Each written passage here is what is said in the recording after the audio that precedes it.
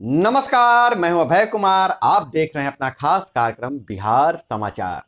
बिहार समाचार में खबरें बिहार की, बातें बिहार की, देश दुनिया की तमाम खबरें जिसे आपको जानना जरूरी है। बिहार समाचार में हम खबर लेते हैं सत्ता के गलियारों से, पंचायत के गलियों से और गांव के चौपालों से, जो कहीं ना कहीं आपके जीवन को प्रभावित कर रहा है। तो पहली खबर हम ले रहे हैं मुख्य उप डिप्टी सीएम तेजस्वी यादव का बयान।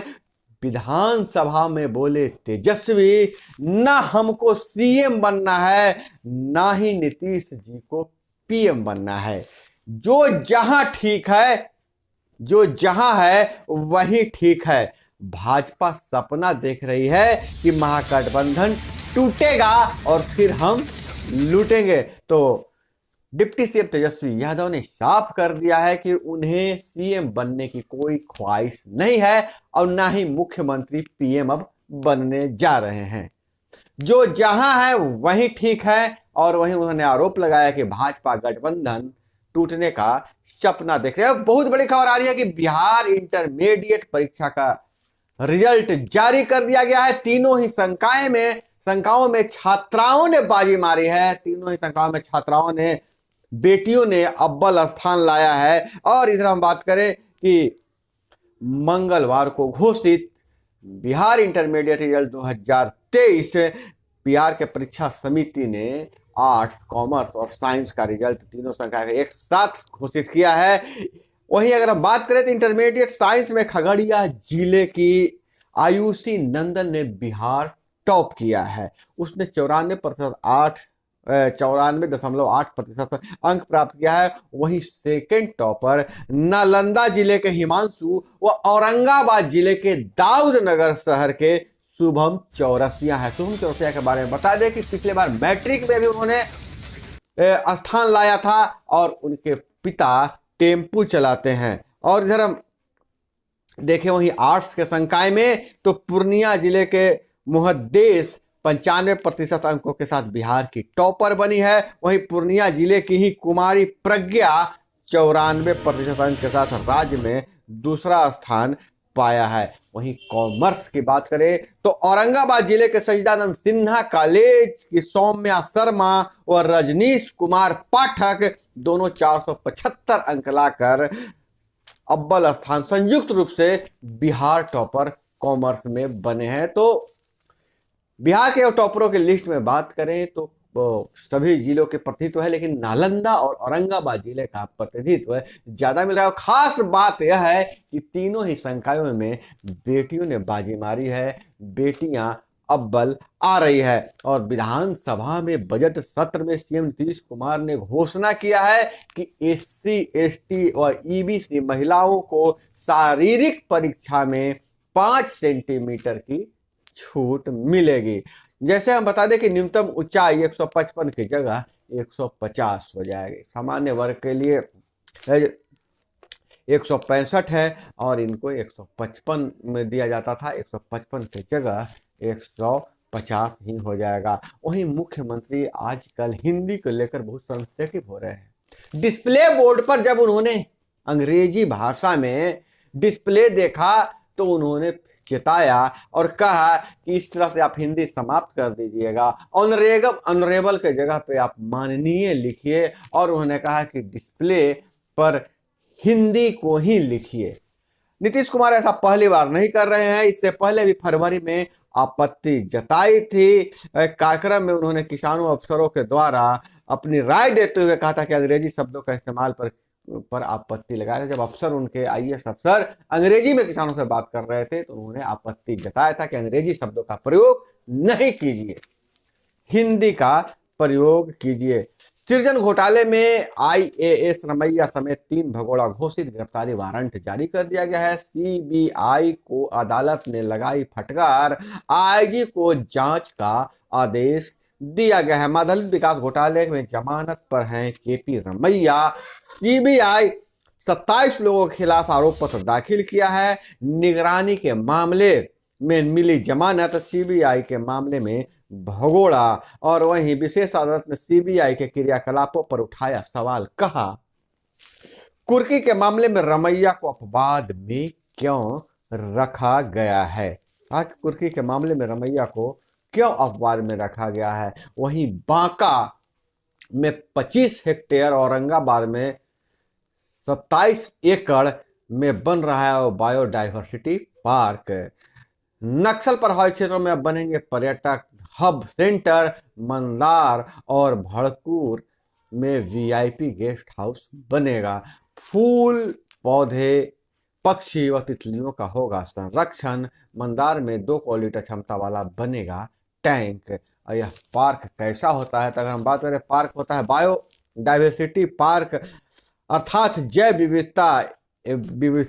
बायोडाइवर्सिटी मतलब होता है जैव विविधता, यानी एक ऐसा क्षेत्र जहां विभिन्न प्रकार के जीव जंतु और वनस्पति किसी विशेष क्षेत्र में एक साथ विकसित होते हैं। अलग अलग तरह के पौधों और पशु पक्षियों का आपसी अस्तित्व बना रहता है, उसे बायोडाइवर्सिटी पार्क कहते हैं या जैव विविधता पार्क कहते हैं। और इधर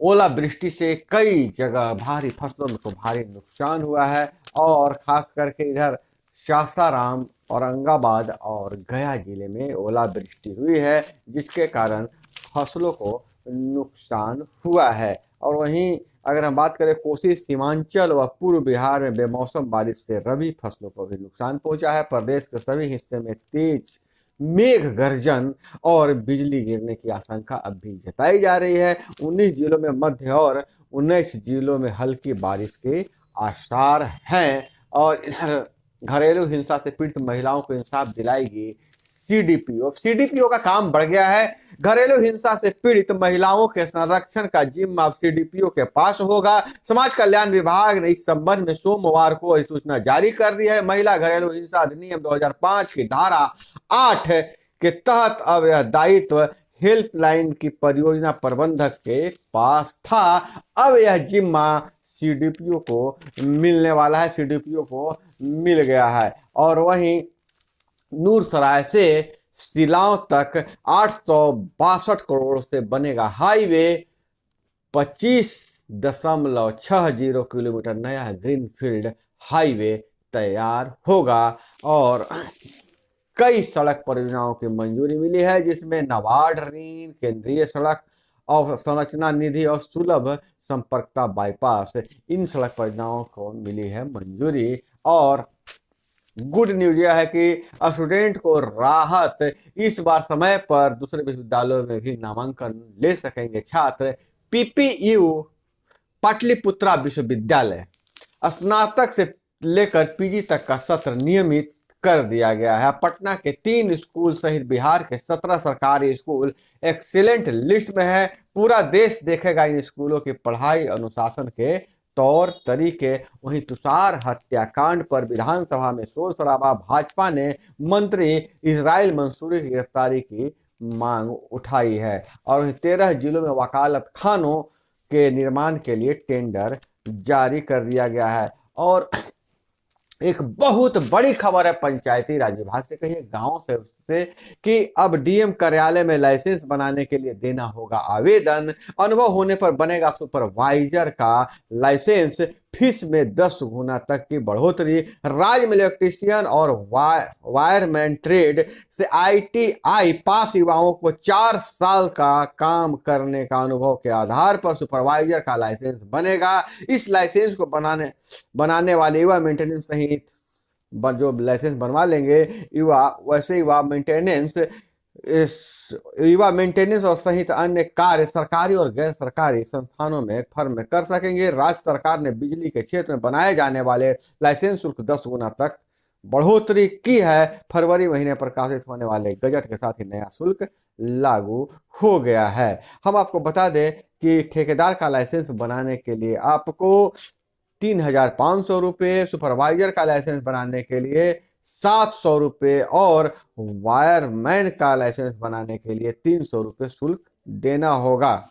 इसी तरह मनोरंजन स्थल औद्योगिक प्रतिष्ठानों में बिजली की जांच के लिए शुल्क की बढ़ोतरी की गई है। अब एक्सरे मशीन की जांच के लिए 1875 रुपये, पैथोलॉजिकल लैब की जांच के लिए 1875 रुपये, 15 मीटर से अधिक बहुमंजिला भवन की जांच के लिए ₹3750 और 20 किलोमीटर तक के भार वाले दुकानों 20 किलो वाट के तक के भार वाले दुकानों के जांच के लिए ₹1175 देना होगा। और इधर राज्य में 13% लाभार्थियों को ही आयुष्मान का गोल्डन कार्ड। रोहतास सबसे ज्यादा बने हैं रोहतास में, और पटना 27वें नंबर पर है। और सीतामढ़ी से खबर आ रही है, पुलिस की गोली से शराब माफिया की मौत, हुआ था मुठभेड़। और वहीं विदेशों से खबरों की बात करें तो जिनपिंग का शांति प्रस्ताव बस दिखावा है। वे रूस से नई गैस पाइपलाइन चाहते हैं। और तीसरे कार्यकाल के लिए विदेश दौरे पर मॉस्को पहुंचे चीनी राष्ट्रपति।